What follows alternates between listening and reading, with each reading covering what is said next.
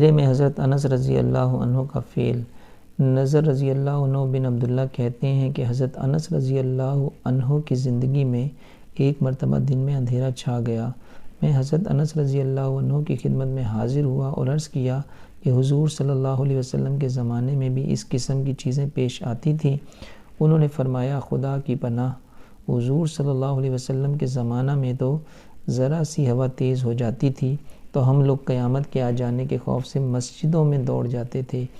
ایک دوسرے صحابی ابو الدرداء رضی اللہ عنہ فرماتے ہیں کہ حضور صلی اللہ علیہ وسلم کا معمول تھا کہ جب آندھی چلتی تو حضور صلی اللہ علیہ وسلم گھبرائے ہوئے مسجد میں تشریف لے جاتے۔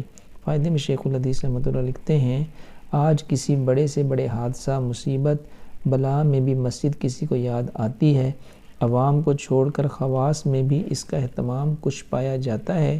آپ خود ہی اس کا جواب اپنے دل میں سوچیں۔ اللہ تعالیٰ سے دعا ہے کہ جو کچھ پڑھا سنا اللہ تعالیٰ اپنی بارگاہ میں قبول و منظور فرمائے اور اس کو دوسروں تک بھی پہنچانے کی توفیق عطا فرمائے۔ آمین ثم آمین۔ جزاکم اللہ خیرا۔